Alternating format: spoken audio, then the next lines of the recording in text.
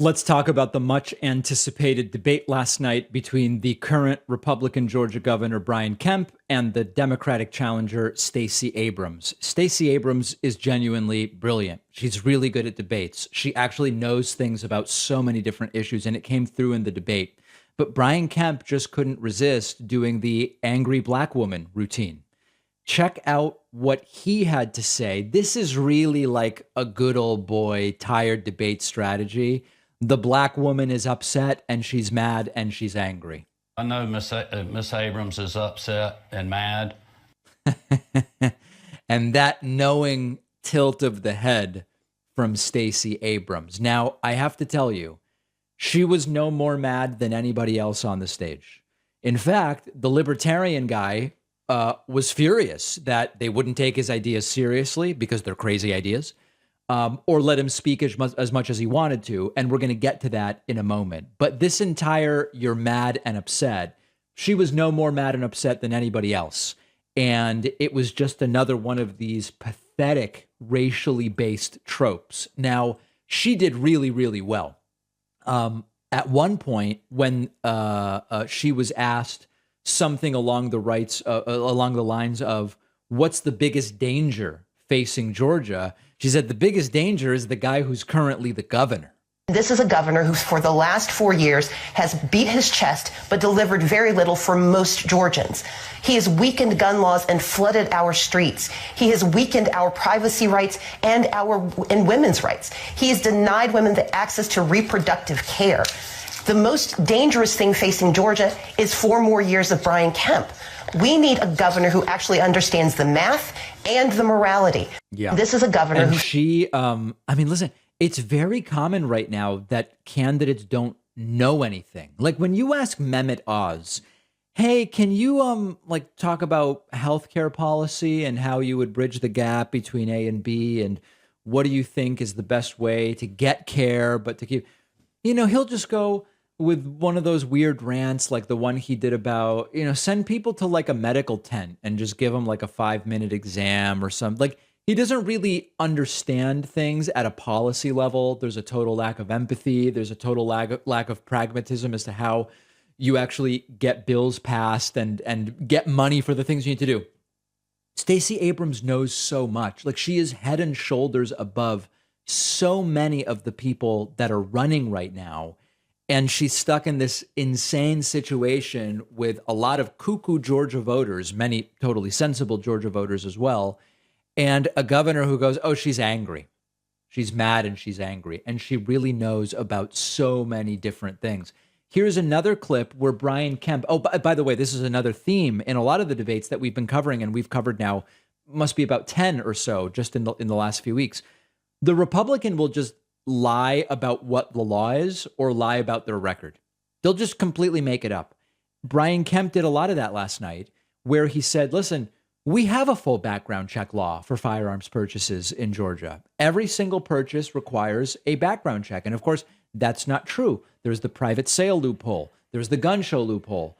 And Stacey Abrams can do nothing to prevent herself from interrupting, understandably so, because Kemp just can't stop lying or won't. Well, there is a federal background check. There's a federal background check on every individual that buys a firearm in the United States of America. Which shouldn't exist either. So, that is not true. Well, the point, Mr. I Kemp, understand, that's not true. I understand the point you're making, but the point is, when you buy a firearm, you get a background check. Mr. And Kemp, none of the laws changed. Mr. Kemp, if you purchase a weapon in Georgia through a gun sale or a private sale, through a gun show or a private sale, you're not subject to that. We're going to have to move. Yeah, she's completely correct, of course. But this is the widely known gun show loophole, private sale, family sale loophole. And the libertarian guy in the middle who is trying to talk over everybody, he says we shouldn't have any background checks whatsoever, I guess. I mean, by the way, the libertarian during yesterday's debate said, get rid of gun safety regulations, get rid of fiat money, get rid of public education. I can't even remember the full list of what he said. And then he was furious no one was taking him seriously. So Stacey Abrams doing everything she could here to try to inject some truth and reality into the conversation. One other moment that I will play for you a moment about plans where Brian Kemp took this is kind of like an escape hatch to any issue you don't really want to deal with, is to say, let's study that issue. Stacey Abrams was having none of it when it came to helping minority-owned businesses. A lot of Georgians, including African Americans and other minorities, cannot go to work if their kids are not in the classroom. We have the lowest unemployment rate in the country for African Americans. We also were named we're in the top 10 of the states for black entrepreneurship in the state of Georgia. So our economy is incredible, and we will continue to work with all of those entrepreneurs in the days ahead and working class Georgians, because we are the ones that have been fighting for you when Miss Abrams was not. We were giving tax refunds. We were doing tax cuts. We were suspending the gas tax to help you deal with 40-year high inflation when she was criticizing us. Stacey Abrams, 30-second rebuttal. I would point out that Mr. Kemp did not address the needs of purchasing and contracts for black and brown owned businesses, which is what he has refused to do for the last 16 years. We know that $10.9 billion has been delivered to the state of Georgia through two recent acts at the congressional level. And Brian Kemp does not have a plan for making certain that people of color have access to those contracts, access to purchasing. It was only in July of this year that he finally acknowledged that there might be a problem. He has said that we need to study it. I would tell him, just cheat off of my paper. I know the answer. We need a governor who actually believes in equity, racial equity, economic equity in the state of Georgia, and I will deliver. So listen, here's the bottom line with this race. Unfortunately, Stacey Abrams, I keep mistaking Kemp and saying Kelly Abrams, which is not what I mean to say. Stacey Abrams is falling further and further behind Brian Kemp. And much of this is happening, I believe, because there have actually not been really clear statements made about what is at stake if these Republicans win in November. Now, Stacey Abrams has made it clear, but the bigger picture, we have to zoom out and really think about all of these races, and this applies in Pennsylvania, this applies in Florida, Arizona, Georgia, really everywhere. You know, we can have substantive policy debates about what should the level of taxation be, or as far as states go, property taxes or some of these other policy things.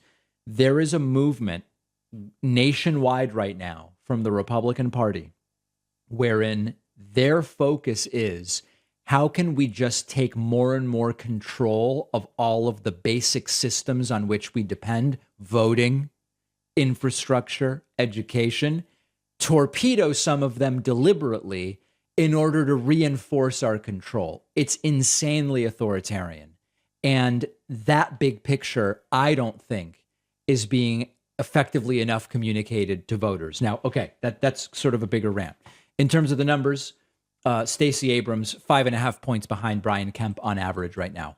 It's not out of reach necessarily, but let's be honest that 2.5 weeks to make up 5.5 points in a gubernatorial race in a sort of reddish leaning state, which sometimes votes for a Democratic president, and right now has 2 Democratic senators, I should mention, is something that has to be overcome. Now, one last thought on last night's debate.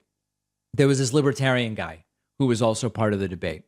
And on the one hand, I've mixed feelings as to what position I should take on this, because on the one hand, I want third parties. I hate the two-party duopoly. We need more voices at debates. If you qualify for the debate, you should be there and get as much time to speak as everybody else. At the same time, we know the guy has no shot. He was a complete lunatic, anti-vax, anti-everything, and he's not going to be the next governor. So there was also time wasted from really forcing Brian Kemp to have to engage with Stacey Abrams on the issues. And so I have sort of mixed feelings about the participation of the libertarian guy. But needless to say, Stacey Abrams, super smart, did an incredibly good job. Will it make a difference? We'll have to wait and see.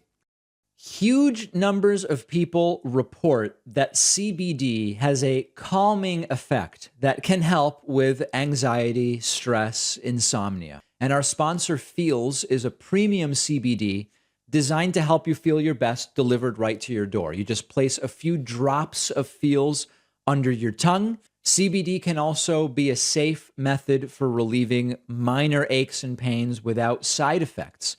The thing to remember about CBD is that finding the right dose is important, and Feels even has experts on call to help you with that over the phone.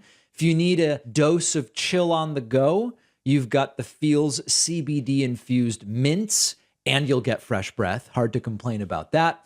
And with a Feels monthly membership, CBD is simply a breeze. You save money on every order. You can pause or cancel at any time. Become a member today and get 50% off your first order with free shipping when you go to feels.com/Pacman and use the code Pacman. The link is down below.